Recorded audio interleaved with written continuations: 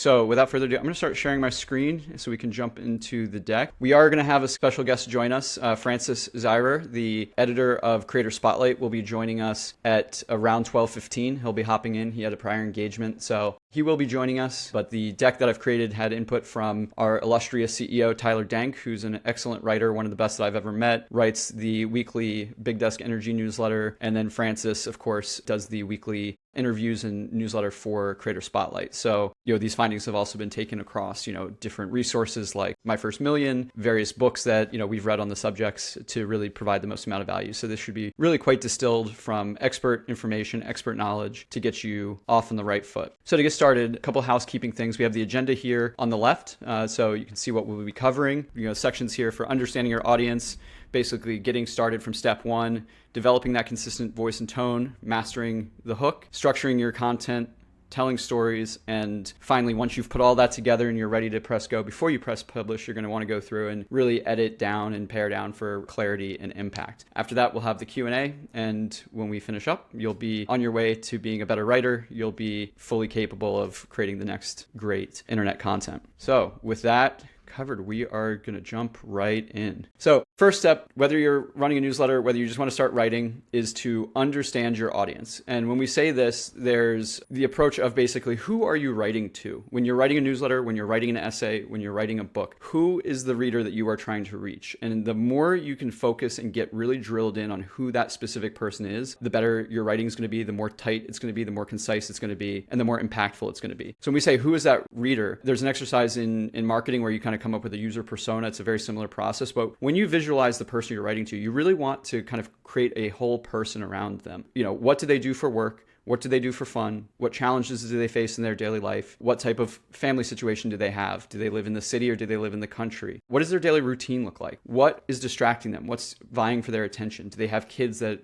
this is a moment, if you're writing a newsletter, whether they can escape, or, they're, working very stressful, high finance job where it's like the newsletter needs to be super tight because they're super busy. All of these things, there's really not really a limit to how specific you can get with who this person you're writing to is. There's an excellent podcast by the My First Million folks. We reference this all the time. Sean Puri and Sam Parr. They talk about basically having this audience of one being way more useful than trying to keep in mind like 10 different people that you're trying to write to. Because as soon as you start to write to kind of a group or, multiple different personas, the writing is going to become less impactful. Your points are going to become less salient. And overall, it's not going to achieve the goals in the way that you want. So we really recommend embracing the audience of one approach, really creating that detailed persona for your ideal reader. Whether you're doing that, writing it down, we definitely recommend writing it down so you have kind of the persona on paper. It's useful also if you have a team that you're writing with so that everybody's working from the same sheet of music, so to speak. As far as that goes, then you can take those very specific attributes of your user persona and then tailor your content to address their specific needs. The reason why we usually include this as the kind of laying the groundwork part of the newsletter webinars is that when you understand who this reader is, everything else becomes so much easier. Who your advertisers might be, what is going to interest your readers, the types of polls that you might ask them, the frequency that you're going to send to them, everything about it, what you could offer for them as a paid subscription. All of these things become infinitely easier when you have that very kind of audience of one, individual in mind approach. And that's to say, once you start doing that, that's when you're going to start to have that content market fit where you're going to see some more organic growth when you really nail the needs and kind of attributes of that reader with your writing. With that said, Francis, I know you can just jump right in here. This is something we've talked a ton about, so you can already see kind of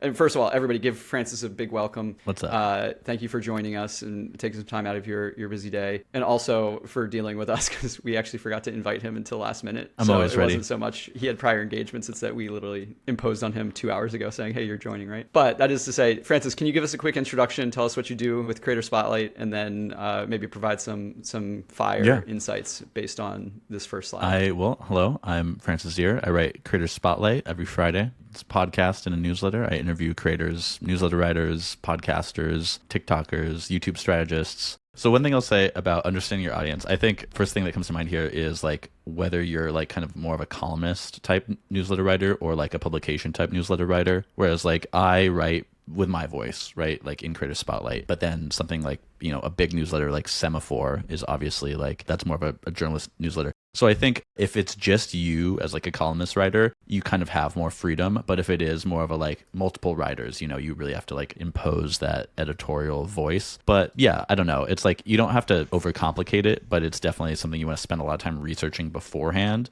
just to give you like a, would this person be interested in this thing? This is most important to me when I'm editing, honestly, because I'll write like a 3,000 word draft for Creator Spotlight and then I have to cut it down. So I'm like, okay, I enjoyed writing this part and I think it's a fun part to read, but like, will my audience of like people who want to learn about other creators and their process and their business, will they think this is interesting? And, if not, then you cut it. So I think it's really, really useful for just what do I not write about. Thank you so much, Francis. I really appreciate that insight. So the next step, again, this is some recommendations that come from Sean Puri, Sam Parr from that My First Million, like Becoming a Better Writer podcast primarily, although these are great recommendations generally, but they're really salient in terms of kind of how to frame kind of that foundational work. So you understand your writer, and we have a progression here. So we're starting with like the foundational aspects and then moving more towards actually putting the pen to paper or the fingers to keys, so to speak. In that way, we have our audience, we know who we're trying to write to, and now we're going to kind of take the next step in that process, and that's understanding what is the objective, what do we hope to achieve by sitting down and writing a piece of content. And so a great model for kind of taking this next step is starting with the end in mind. What are the key takeaways that you want your writer or your reader to leave with? Like what impact do you want to have to them? Is it to convince them of something? Is it to get them excited about something? What is the one line that if they read your whole piece that you want them to take away remembering what the piece is about? So Francis is writing Creator Spotlight. He's writing about this creator, and maybe they had some sort of unique way in which they grew their newsletter. That might be the one takeaway. It's like, I want to unpack how they use this unique growth hack to grow their newsletter huge. And if the reader walks away just remembering this one piece, then I've been successful. Along with that, so that's kind of the between the ears, what do you want them to remember? But then memories are always better kind of created and remembered and impactful when you pair an experience with an emotion. And so by starting your writing and identifying an emotion that you want to instill, you can kind of couple this kind of objective takeaway with an emotion. And when you're able to do both of those things, it makes them both much more powerful, and it's going to make your writing resonate and drive the users to take some sort of action much more effectively than if you don't do that and you write in a much more clinical, kind of an emotional way. And so there's generally kind of the big ones. There's, mad, glad, mad, sad, and afraid was what my improv teacher taught me. So afraid being afraid, but glad, mad, sad, afraid, shocked, are kind of some of the big ones. So it's like, if you're writing, you're an activist and you have a newsletter, about climate change, there's some of those. Do you want your writer to really feel upset and feel fired up about some sort of injustice? Or if you are morning brew, do you want to just have them coming away in a better mood and a little bit happier because they've, read the witty, kind of the news in a witty way. So they come away feeling educated, but also kind of uplifted as that emotion. So understanding what emotion you want to drive and pairing that with your takeaways can be very powerful. And then both of these things culminate and kind of focus on that call to action. So at the end of your writing, at the end, when a user has digested the whole thing, what do you want them to do? Is there something you want them to do? There's a principle in marketing when you're designing, web experiences where it's like, you always want the user to be able to take a next step. You never want the user to hit a dead end, because when a user hits a dead end, the options are very, very limited. Either they hit the back button, but they also, they don't know what to do after that because they already came from there, or they're going to bounce. And in either case, you're basically ending the user journey if they hit a dead end. And the same principle applies with some writing. So if they get to the end of your piece and they don't really have that next step, then whatever emotional kind of bond you created or feeling you instilled is really going to almost just evaporate and kind of be a little bit wasted, unless it's like in service to like a greater kind of journey that they're on, with you. But in that way, clarifying a call to action can then not just extend the user journey, but help you achieve your goals. So it's like if you're that climate newsletter, you get someone really fired up, you get them feeling like there's this huge injustice. Then at the very end, you put a link where it's like, hey, if you want to help do something about this, sign this petition. That's a very, very effective way to take the writing, create the takeaway, connect it with emotion, and then drive some action from that. And just understanding what you want that to action to be at the beginning will set the scene for how your writing takes shape. And so just like kind of this last point is just taking all three of these things together can be very, very powerful in driving impact with your writing. And so it's very specifically valuable to newsletters because that's what we're trying to do at the end of the day. We're trying to either drive the impact of like them opening the next newsletter or the next edition. We want them to upgrade to a paid subscription. We want them to take some sort of action. We want them to click through one of the links. It depends on what you're writing about, but we typically aren't seeing as many just pure kind of essays, thought pieces of like, hey, you're going to read this, think about it, and just like walk away and just not have any next step. Certainly the exception proves the rule, but this can be very, very powerful. Francis, I see you nodding your head. I know that you are jiving with all this over there. No, let's hear. I got some thoughts. The headline of this, start with the end in mind. I think it's good to start with that, but I think it's really important also to like not get so hung up on it when you're actually writing. Like, it's kind of the start and the end of the process. You want to know why you're writing a thing, but then you don't want to like let that burden you and like make you question every sentence when you're writing it. At least that's how I write. But then like when you're editing, right, like that's when you really are like cutting down for the end, which is what I was just saying before too. It's like you need those things to guide you and like to be decisive in the edit. I also think, like we were saying, like, most newsletters aren't essays and stuff, but I think it's really important to say that like writing, if it's not just like, reporting a very objective list of facts or whatever, it's about processing thoughts too. Like if you're like grappling with an idea, I think it's also like, it's okay to not know the end. It's okay to like have the question you're trying to answer and like, the end being that question, but like allowing yourself to find, like if it's some op-ed, right? Like allowing yourself to find that end. Also, EJ, I really like what you're saying, where like the call to action can just be to like open the next newsletter, where it's like your goal should just be to make this good enough storytelling that it like convinces people to stay around for the next one. Absolutely. And of course, all this advice is really, really dependent on what your content is. It's like if you are a newsletter that's like trying to get somebody to just keep opening day after day, it's going to be a very, very different endeavor than if you're, again, that like activist, where you're trying to drive to some sort of outside external thing. All of these things, if you hear something that resonates, you can take it and run with it. Next, develop a consistent voice and tone. Now, I'm super excited to hear from Francis on this because he has one of just the most consistent and just like unique tones and voices through his writing that I've ever met. I think Tyler, our CEO, is another one where it's like when I read his newsletter, it's like I can literally hear his voice like in my head when I read it because he writes in a very, very similar way to the way that he talks and speaks. You don't have to do that, but it's like, these are both two people who write in a very, very unique way where it is very engaging and keeps me coming back. So developing a consistent voice and tone is a way that you can then develop a relationship with your reader on kind of this meta level where they kind of know what to expect from you as a writer. And that consistency can be very comforting. So it's like if you have a very sporadic or erratic voice and tone to your newsletter or to your writing, it's going to be much harder for readers to connect with you over time. They might read one and you might resonate with a certain audience because of a certain tone or a certain approach to your voice. And then if you completely change it up in the next piece that you write, you may not basically carry over that initial audience. You may attract a totally different audience. And that kind of very erratic kind of behavior is not going to lead to consistent kind of audience distillation and growth in a way, unless that's like, again, the exceptions prove the rule here, but it can be much harder to do so in that way. So developing a consistent voice and tone can really drive a deeper emotional connection and understand like what you want that tone to be from the outset or from like a early testing kind of period, or maybe you're learning over time because you're brand new to writing. Really paying attention to that can be super valuable. So a lot of times the voice and tone will be related to the personality, so to speak, of your newsletter or the brand of your newsletter. So if you are writing, pure news, if you're, a industry report type newsletter, your voice and tone should be generally, again, exceptions prove the rule, but your tone should be kind of very professional, very clinical. You're providing news in a way that is objective, versus if you're one of the newsletters that's like kind of pop culture where it's kind of salacious, your voice and tone is going to be a lot different than that, than that kind of buttoned up industry reporting. So in that way, that kind of tone and matching the brand and the personality of your newsletter will then lead you to use certain language that, is going to either, you're going to naturally know that it resonates with your audience, or you can deliberately choose to resonate with your audience. And then again, maintaining that consistency is critical for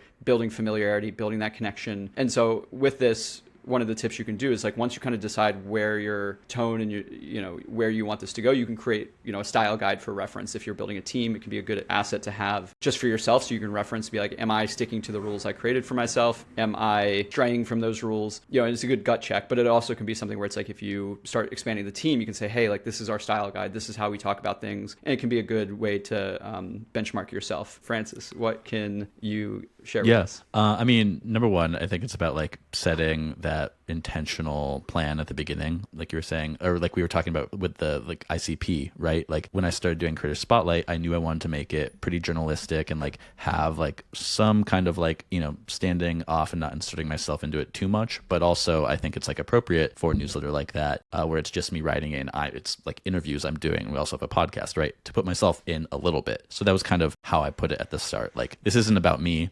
It's about other people, but it's also like acknowledge that it's from my perspective. So that's kind of what guides me there. But I think another really important thing is like, don't overthink it at first. Like if you're like starting a publication with like a multiple writers, you should definitely have a style guide to start from the very beginning, right? But like with something like Creator Spotlight, it was like, okay, I need to experiment and like see how people respond, see what makes sense. So I think it's good to like have some flexibility and then maybe codify it like once you get there. I think too, like in terms of like determining your tone and your voice, I think it's good to research from like a bunch of different places. Like don't just look at what other people are doing in your niche or industry. In fact, like as a rule, look outside of it too. You kind of always want to make a cocktail of like what people, like what are the norms in this industry? How can I disrupt them a little bit? How can I like make this like something fresh and unique? Because there are in most niches, right? Like so many people already producing content. And so I think it's really important to look outside. But yeah, that's kind of how I think about it, is like try to be unique and like mix different things together, plan it, but also like have some flexibility so you can kind of meet your audience where they're at as they respond. Yeah, those are great points. And one of the things that reminds me of, we didn't cover this today because we didn't include like the laying the groundwork slide like we normally do. But that's something we do cover typically in that section of like knowing your niche or like niching down, which is very important. It can be very valuable in terms of writing. It's critical when you're doing a newsletter, but knowing that niche and really kind of getting very, very specific, it's related to that knowing your audience. Mm-hmm. But it's different in that like you can know who you want to write to, but you can also know that like they're also inundated by 5 other publications that are trying to give them news. And so kind of defining a niche within that audience that you're talking to can be very, very helpful. I use the example when I go over this. It's like my girlfriend is pescatarian, dairy-free, and gluten-free. And it's a very, very specific way of eating that is very restrictive. But like when she meets or when we meet people that also follow that, it's like, there's this instant connection. And, it sounds so niche, but if you wrote a newsletter kind of catering, to that specific group of people, you would immediately have so much context of like how to communicate with them, what to write about. And when they see that very, very specific niche, they're going to get so excited because, it's there's such a pain point there that it's going to resonate way more than if you're like, hey, we're going to create a newsletter for healthy eating, or a foodie newsletter broadly. Compare that foodie newsletter versus like this very, very, niche thing. You're going to have a much bigger response to that much more niche thing, and you're going to attract that audience very, very. One thing I want to drop in here too that I just thought of is I think for newsletters too, it's like developing your consistent voice and tone. It's also a visual thing. Newsletters are a visual medium, right? So it's like the colors you're using, the fonts you're using, the sizes you're using, whether or not you have like long paragraphs or short like one line sentences, whatever, right? Like I think that's also something that is really important to, your voice and tone, is like how the stuff actually looks. Well, that's fortunate for us because I think, well, it's not the next one. It's coming. It's the next one after that, but it's coming. We're going to give you plenty of time to jam on that. Perfect. So, we have the consistent voice and tone, we have the audience, we have kind of the groundwork covered. And so the next step we want to talk about is like, okay, we're getting to the point where we're starting to actually put pen to paper. And this is very much a callback to when we talk about, what are those emotions and what is the end that you have in mind? And when we talk about this, we're talking about headlines and hooks. Originally it was headlines, but I figured a hook was a little bit more of an effective thing in the newsletter world. But basically, this is going to be arguably the most important part of whatever you're writing in terms of either newsletter or writing for yourself, for an essay or whatever. And this may not be necessarily the very first thing that you finish, in that, if you're coming up with these different, emotional connections, the takeaways, CTAs and whatnot, you may kind of have an idea of where you want to go, but you may not want to kind of crystallize that hook until the very end. But it can be very helpful to know kind of where you are going to start with. And when we talk about a hook or a headline, we're talking about that initial either statement or beginning of your writing that is going to really compel the reader to want to continue reading. There's a practice of thinking through this of like, when you start writing, your goal should be like each sentence by sentence, creating this journey that's going to want to, beg a question and compel the reader to continue down the rabbit hole with you. And so, whether that's a headline in the inbox or whether it's like the hook to begin the opening of a newsletter or the beginning of an essay, mastering that very, very beginning part is crucial. Now, when I say mastering the beginning part, it doesn't necessarily have to be the first thing that you do. This can be something you write, and I know a lot of people do this. They will write the entire thing, and then they will come back with the entire body of work written, and then they'll craft their hook. But in terms of like, the order of kind of impact and the hierarchy of like impact, this is kind of at the very, very top, because if somebody's not compelled to continue reading after your first sentence, then you haven't done, it doesn't matter how much you've written below, they're not going to continue. So whether it's a headline for an article, whether it's a, email that you're writing, whether it's an essay that you're writing, clear, concise, attention grabbing, beginnings are critically important. A lot of times these use what we call power words to evoke emotion and curiosity. So you're going to use, make a big statement or make a big claim that doesn't seem realistic. And people are going to be like, I don't believe that. Like, this can't be true. I need to figure out like more about what, the claim that's being made, or big numbers. It's like, can you believe that, 170 million thousand people will vote today? Whatever it is. A/B testing different headlines. So if you are running a newsletter or, any kind of like email based program, or even web programs, I think too, can do this. You can A/B test different headlines. So you can see, okay, does using power words in like a very bold statement, hook people and get them to open, or does it leaving it open, like a very short, concise question, leave it open? That's something that Tyler loves to do with his newsletters, like ask questions that are like kind of shocking or off base. Short versus long, questions versus power statements. These are all things you can test to really figure out what resonates with your audience. And then specifically to emails, you can really optimize, you can leverage that preview text. This is something that goes a little bit under the radar, which is why I included it. But like using that preview text, so it's like if you're asking a question in the headline, a lot of times users will see kind of that preview text right below. And it's a great opportunity to kind of continue to build the anticipation or to continue to set up whatever that hook is so that they really are compelled to open the email and continue reading. When we talk about preview text, that would kind of be similar to like the subtitle. So if you have a headline that's like very compelling and then you have a little bit of help or subtitle text, that subtitle can be in service to the headline to just continue to build that anticipation and get them into the actual body of writing. And then you get into your first sentence and you go from there. This is such a big topic, which is why it's done from such a very high level in this slide. But Francis, can you give us a little bit of insight into your process when you're going through this process? I think, obviously we're always competing with like anything else you can look at on your phone or on your computer, like whether it's, something you're reading, something you're watching, whatever. So I think it's like good to be aware that it is always a competition. When I'm selecting people to interview for Creator Spotlight, like I spend maybe up to an hour pre-researching a person, trying to determine like, what do I think the hook is going to, maybe I haven't even spoken to them yet, but it's like, what do I think the hook is going to be? You should like be thinking about that from the beginning, because if there's no hook, why are you going to spend hours working on it, right? I design my questions around that to try to get answers that'll get to the hook. And then when I'm writing it and like writing the headlines and stuff, I'm like, okay, I think like these are 2 or 3 hooks that could work really well. And this is just like on the story level, not necessarily like the sentence to sentence level, but it's like, I'm going to try to like start there when I write the thing and design it all around that. I think one thing I do too, that sometimes I need to remind myself to do, is like move paragraphs around. Like sometimes like just even doing that can make a thing hookier, where it's like, you're trying to introduce the idea too much. You're spending too much time on like exposure when you really should just get right into it. I think it's good to like trust your readers in that way. But yeah, then like for A/B testing headlines, subject lines, I'm kind of like, okay, these are like 3 things. Like maybe I think people will be really interested that this person made this much money and like got this many subscribers in 1 year. Or I think like they're going to be really interested that like they can produce this many videos in this little amount of time. And then like that's always, informing like the next thing I'm going to write too. Like, okay, people were really interested in this type of hook. Now I'm going to look, when I'm booking interviews for the next month of Creator Spotlights, I'm going to look for people where I think I can build this hook into it. I think that's really important. Is like A/B testing in emails is so great because it can teach you that. But yeah, one last thing I'll say is like be opinionated, which goes back to like something Tyler said to me once, that like it's not clickbait if you deliver on it, right? Which you can have like a controversial headline for the newsletter, but then just, deliver on it, explain it somehow in the intro or whatever. But yeah, I think it's good to be opinion. Worst case, you're wrong, and it's fine to be wrong as long as like,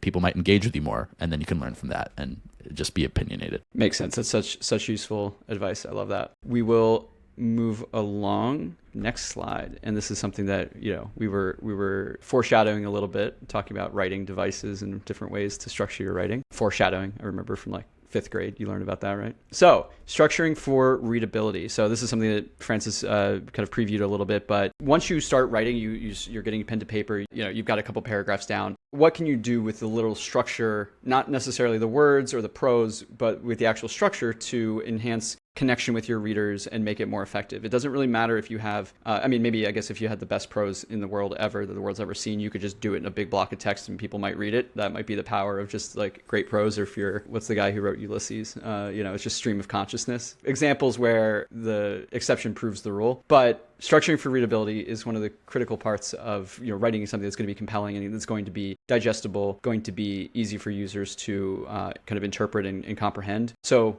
just some quick, these are very, very tactical pieces of advice. I'm going to steal some that Francis has provided earlier, but basically the varying lengths of paragraphs and sentences for not just easy scanning, but also easy consumption. When you start to read paragraphs that, maybe have just a couple words and then they kind of expand and contract, and then maybe you put, a super long sentence in there at some point, you start to kind of get this flow that ebbs and flows. It's kind of like music where you get into a groove. Francis is smiling because I stole that from him word for word. Took the words out of his mouth. But there's tools out there that can help you do this. So like there's Hemingway app that will actually show you kind of the length of your sentences and basically will say, hey, you have too many long sentences, you have too many short sentences. But this, is a very effective approach. A lot of times you see people on like LinkedIn famously will really abuse this, where it's like they just put every line as like its own sentence, which is a little crazy and a little bit much. But when you're writing, having those varying levels of sentences and paragraphs in terms of length really helps to add really texture to your writing and makes it way more engaging, all things else considered. With beehiiv, if you're writing a newsletter, we provide incredible support for a lot of different formats. So you can do like headers, block quotes in a couple different styles. You can use lists, dotted lists, or ordered lists, unordered lists, bold, italics. Obviously you don't want to abuse any of these things individually too much, but all of these elements have different ways of impacting the display and the format that the reader is presented with and really make a huge difference. The goal is to basically allow for that kind of digestion as they read through your content. You need to have somewhat like lulls as users are reading so they can really digest, maybe the concept that might be a little bit tougher to digest that they just read. So it's like if you're introducing something that's a topic or an idea that's a big idea or maybe a little bit nuanced, you can present it and then give the users a little bit of break, whether it's visual white space where they're going to have a second to kind of regroup, or whether it's, some sort of transitional language, or maybe you include some links or, a widget of some sort. Having some of that space to allow users to not just feel like, so that they don't feel like they're kind of climbing a mountain as they're going through your content and just being hit with heavy idea after heavy idea that's causing them to do a lot of mental lifting. Using kind of a logical flow from beginning to end is super helpful. And one of the things that I personally have used, there's a book called The Pyramid Principle by Barbara Minto. It's a very, famous book. It's been around for quite a while, but it wasn't introduced to me until like relatively recently. It's basically this woman who was a consultant at one of the big consulting firms like BCG or McKinsey. And she had a skill for making these very complicated topics that included a lot of detail, very, very concise and digestible. And what she recognized was that a lot of people, when they write or when they talk, they do it in a way that is not logical, and it's therefore not necessarily easy to follow. And so if I'm explaining to you an idea, a lot of people naturally will explain a lot of like the bullet points of like, or the reasons why they believe something. And then they will lead to say, and because of that, now, you should be led to this conclusion, which then has this impact. And so what happens when you kind of start from the bottom up of presenting all of that evidence first and then leading to kind of your idea is that people who you're either writing to or listening to have a hard time of structuring or placing that data. They may kind of have an idea of like what that data that you're giving them is supposed to mean, but it can be hard for them to place it within the right context if you're starting from the bottom up and, the bottom and then working up versus starting from an idea and working down. And what she found was the best, most clear thinkers and writers started with this pyramid principle where you start with kind of a situation, maybe, it's like, here's like the status quo, and then here's a challenge, and then here is basically the thesis of like what we should do, what you should think, what you should, whatever, kind of the call to action. And then from there, then becomes the unpacking of the ideas. So that as you unpack those ideas, the user or the reader already is thinking about those concepts in the context that you presented to them. So they kind of have this idea of, okay, cool. Here's where we are. Here's where we're going. This is what we need to do. or whatever kind of that situation is. And then when you actually explain to them those details, they can connect them to that central idea. Otherwise, you're presenting ideas that are disconnected. They have no tethering or grounding. And then by the time you introduce them all, they're kind of all floating out in the air. People are making their own connections, and then you're tying them all together. But when you're kind of leaving people to their own devices to kind of make these connections, it's distracting. It takes mental energy to keep all of those things floating around. And so by kind of introducing more logical structure, it's one of the best things you can do to make your writing more clear and concise and structured. Francis, we've never talked about that topic. It's something that I found to be really, really incredibly helpful. So this is the first time maybe you're hearing about it. Maybe it's not the first time you're hearing about it, but it's the first time you're hearing me talk about it. What are your thoughts? Yeah. We'd love to. I think it's a really good thing, going back to what we were talking about hooks on the previous slide too, right? Where it's like you can make a claim, like with the pyramid principle, start with like a bold claim, like here's this thing. And then that kind of like piques the curiosity of the reader, like, okay, how are you going to prove this out? And that keeps them reading. And then, you kind of get to the end, you get to the point, you get down there, and you can do that on like a whole essay or article structure. You can do that on a paragraph structure. You can do that on like a sentence by sentence structure. But yeah, I think like the big thing for me here is the texture. I'll tie it back to kind of the first bullet point here. You've heard me say this before. I'll die on the hill that like people should not be writing these like LinkedIn one sentence, one line things. To me, like, I see that and I know what they're doing. I know that it's just like kind of this engagement bait type of thing. I'm not even just going to read it. I'm not even going to see the content because I know the intention behind it already, which is just to say, like, I think format should follow the content, right? Like, it's okay for a dense research paper to have these long paragraphs because, like, again, your audience is going to expect that and know that. And on social media, it is okay to sometimes have like these shorter things because your audience is going to expect that and want that.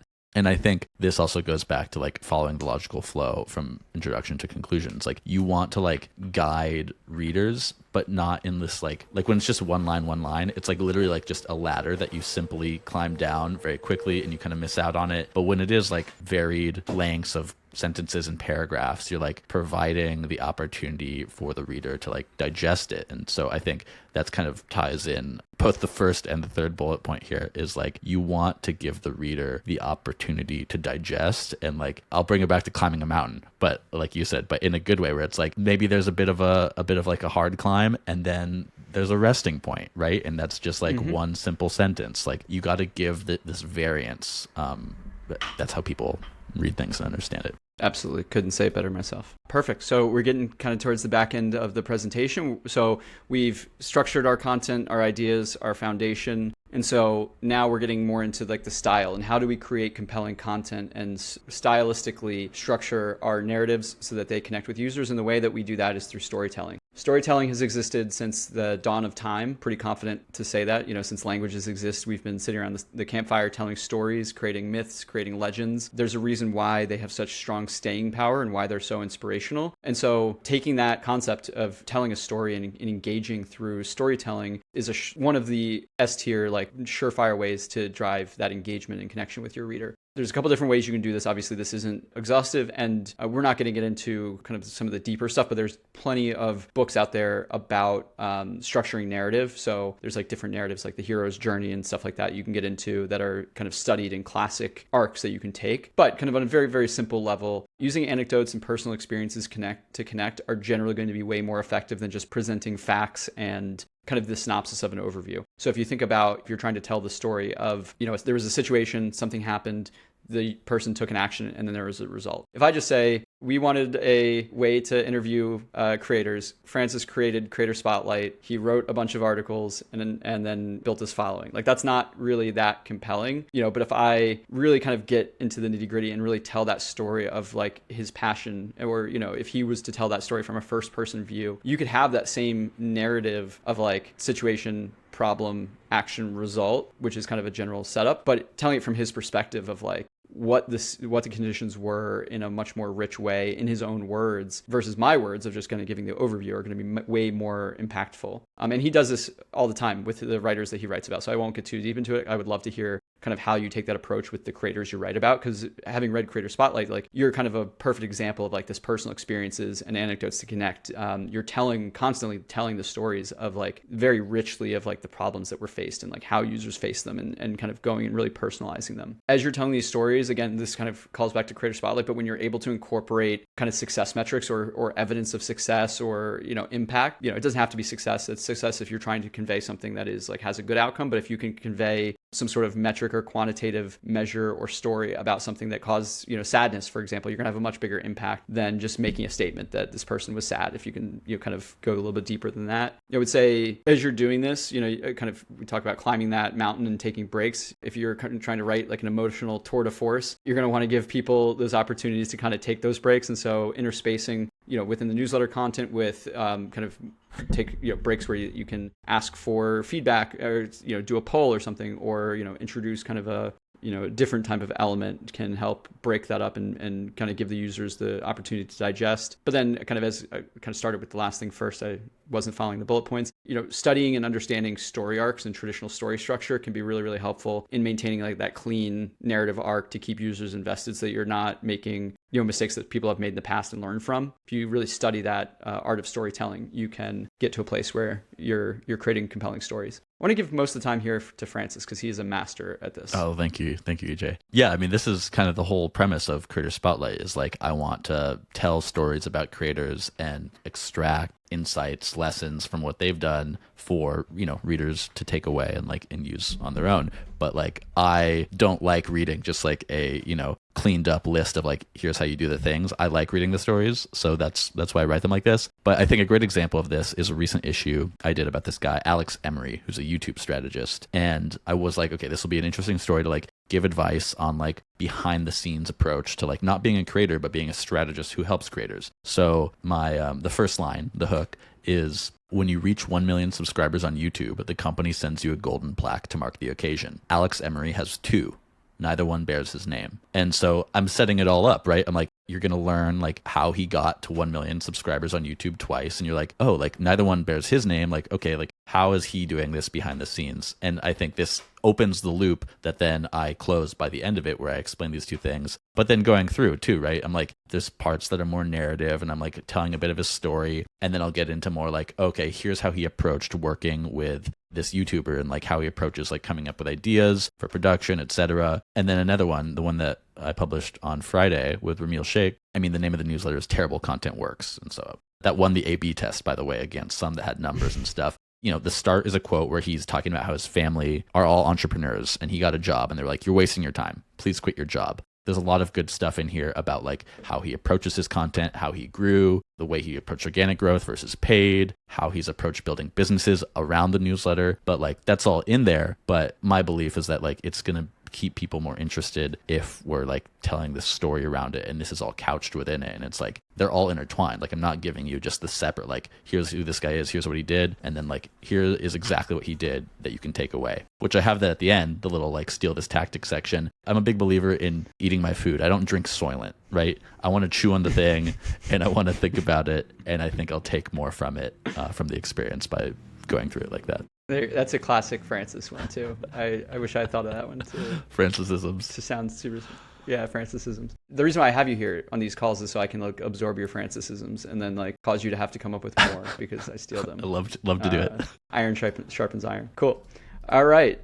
Moving to the last slide is one that I'm probably just going to let Francis almost take the entire thing because this is something that he's a master at. But basically, once you've got your story out, you've gotten your content out, you've gone through this entire journey, you're sitting in front of your screen, you have a draft ready to go, and you might think, great, I'm ready to hit send. But wait, you're going to want to hold that and not do that right away. The last step truly is to go through and really edit ruthlessly for clarity and impact. It may sound obvious, but you'd be so shocked at how many people don't necessarily go back and edit after their initial draft. They may write it. They may unfortunately have AI write it, and then they just like put whatever it is and drop it on the page. There's all these situations where you just have this initial draft and it's not gone through and edited. There's a bunch of different ways. I mentioned Hemingway app is a good way to kind of, it will very, very ruthlessly like recommend things to you remove. It kind of gets infuriating when you're like, I don't don't know how to take more words out of the sentence, and sometimes that means you have to change the structure entirely, removing unnecessary words, repetitive phrases, anything that's going to make your writing sound repetitive or redundant. One great thing is to read your content aloud to catch awkward phrasing, something that may not sound natural the way you wrote it. Another thing that's very popular is to what's called read backwards. Like depending, it's like if you're writing 3,000 words, it's tough. But if you like read your writing backwards, it's like a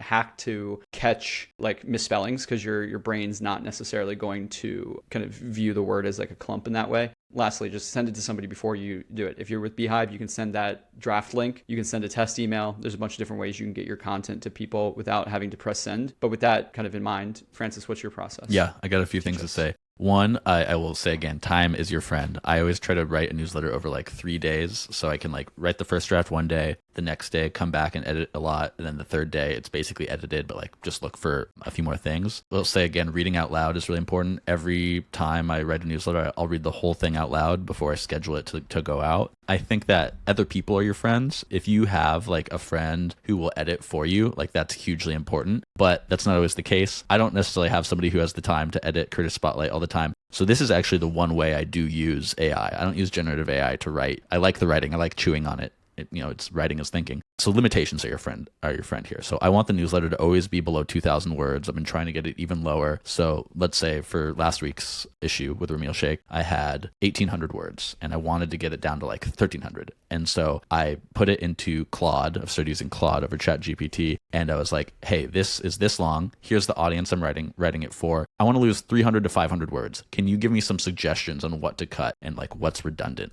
And it did. And so it got me down so I went through and I applied most of those suggestions and I got it down by like 200 words. I didn't want to take all the suggestions. So then I went back in. I was like, hey, like I got it down this far. I want to lose another couple hundred words. Here's some suggestions you gave me last time that weren't really good, that I think about something else. And then I went back in and I did it again. Having that word count limitation in your mind where it's like you should always write longer than it in the first draft, because then that gives you material to edit when you cut down. That's a big part of how I write. But yeah, the most important things are just like having time and having another person. Whether that's you a day later, which is what time gives you, right? Is just like gives you that separation from the thing. Or yeah, this is the one thing that I really think AI is super good at helping with. And then also, yeah, I'll just reiterate, read it out loud. I read the whole newsletter out loud to myself at least once. You'll find errors that you wouldn't have thought of, that AI wouldn't have thought of, etc. It's simple. It's just about time, having those limitations, those rules, and ideally having another person or AI. Amazing. That's great sage insight. We are coming up on the very end, so we're going to answer, let's take 3 questions from the Q&A. We will have Tony relay them to us and we'll repeat them for the chat, and then we will wrap up with those 3 questions. Yeah, so the question was, how do we think about A/B testing as a framework around content specifically? So I assume this is like talking outside of like subject lines and stuff like that. Francis, what do you do when we're thinking about, and we've been on all these strategy sessions together about Creator Spotlight. We don't necessarily strictly like send 2 versions of the same content out to 2 different groups, but when you are optimizing content, what has your process generally been? Yeah. Well, it's like, I think the things I've A/B tested before are like length, order of sections. A good way to track that, right, is clicks. Creator Spotlight isn't really a clicks forward newsletter, but maybe I'll put in a special poll where I'm like asking some question. I think sometimes you want to ask the specific question like, hey, I changed the order of things today. Do you like it? Like maybe people won't answer that. Maybe they will. But it's also good to do it to like just put a poll that's like in a specific place where you're just trying to see if people scrolled down that far and engaged. So the poll doesn't have to be about that at all. Like, do you see this? It should be like something that is kind of provocative and gets people to want to engage. And then you'll see how many people clicked it. And then you try it again next week and see how many people click that. If you put it in a different place, see if they're scrolling that far down. Whatever. Yeah, I don't know. A/B testing, it's good. Do it. Much to the chagrin of my sanity, I'm never fully satisfied. So I'm always testing things. There we go. What do we got next, Tony? Thank you so much. So the question is, how does AI fit into workflows, our workflows, the writing workflow, and how we use it? I think Francis touched on that a bit with the editing, so maybe we don't go too deep into that. One thing that I've done personally with generative AI after reading Pyramid Principles, I built like a custom GPT to help me outline and like create, kind of structure my thinking around it, which is maybe in some ways kind of counterproductive to like the practice and what I'm supposed to be teaching myself through writing in the Pyramid Principle. But I created a GPT that was basically like, hey, I want to write about this. This is the impact I want to have. This is the hook. This is the emotion, kind of all of those foundational items.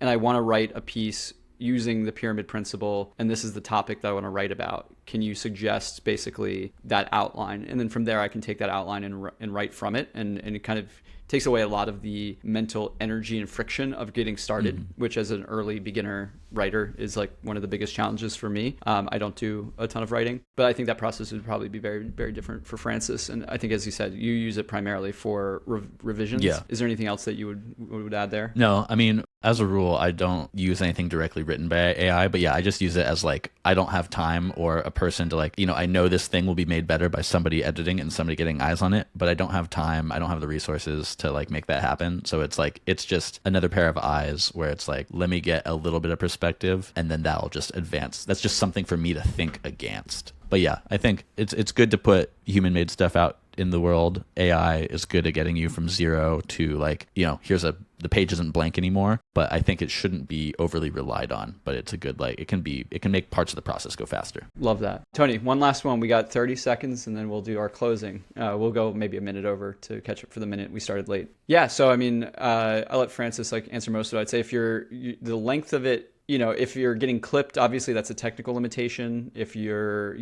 worried about engagement, I think Francis outlined a couple ways you can gauge engagement. Like, does it need to be that long, or is it just like long because that's how much you're writing? Is there opportunity to edit and cut it down, to make it more impactful but not lose any of the meaning? I think some of it's like, if you're writing and it's meant to be long because you're writing like a story, like a narrative, that obviously would be a different scenario. Maybe an approach like it would be a framework, Francis, that you could maybe come up with on the fly and share of like how you can assess whether your length is too much, enough, technically too long, whatever. Yeah. I mean, a few things. I think one, there's no hard and fast rule. It depends who you're writing for and what the subject is. I think it is better to be a little shorter. Be mindful of your reader's time, right? I also know, like, I write these 2,000 word long newsletters and I can read them in like 5 minutes, but I know some people might take 10 minutes, 15 minutes. So it's like, be wary that other people's experience of it is going to be different than yours.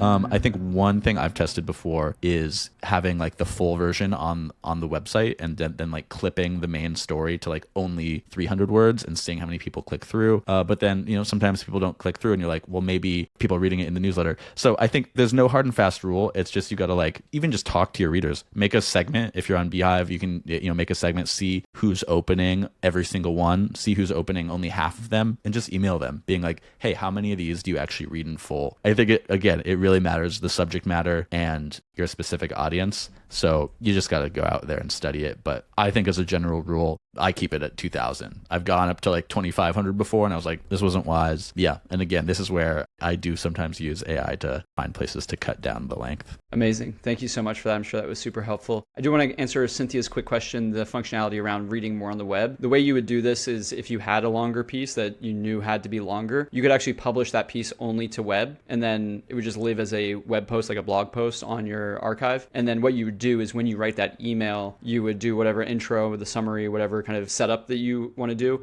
And then you would just have a link that would say, hey, click here to read more. And it would take them to that web post. Generally, if you publish to web, you publish your full newsletter to web and email, every message is going to have like the read online button at the top, but it's not going to say like read more on the web. That would be something where you would like make that deliberate decision to publish and then direct users there, which can be very effective. Cool. The last thing we will say, we always plug the community. If this was helpful today, and you liked this, then the community, the beehiiv community might be the place for you. The Hive is a members-only community for our paying customers. We have more than 3,000 active beehiiv customers that are posting every day. I'd venture to say hundreds of messages a day across all kinds of topics, how-to, product requests, tear down my newsletter, how can I make it better? Give me feedback. Do you want to do cross recommendations? There's like 10, 12 different channels that are all kinds of conversations are happening through all times a day. You can always get a question answered super quickly and engage with other people who are just like you on the journey, launching and building newsletters. And now, just to say thank you. Thank you to you who have stuck around. You can see that we're losing some folks with the live count, but if you've stuck around, even if you didn't stick around, if you stayed here for any time, we appreciate it. But I want to give a special thank you to Francis for taking time out of his busy day to spend time with us, for Tony for being the world's greatest producer in the background, and to all of you reading on the screen so that you're really what makes the magic happen. You make it worthwhile. You literally, by being here, make it so that we're just not talking to thin air, which is the most magical thing and great for our mental health. So thank you. We value you so much and we look forward to connecting with you more deeply in the comments online. Feel free to reach out if you guys need any help. Thank you so much for your time. Have a great day. Thanks, y'all.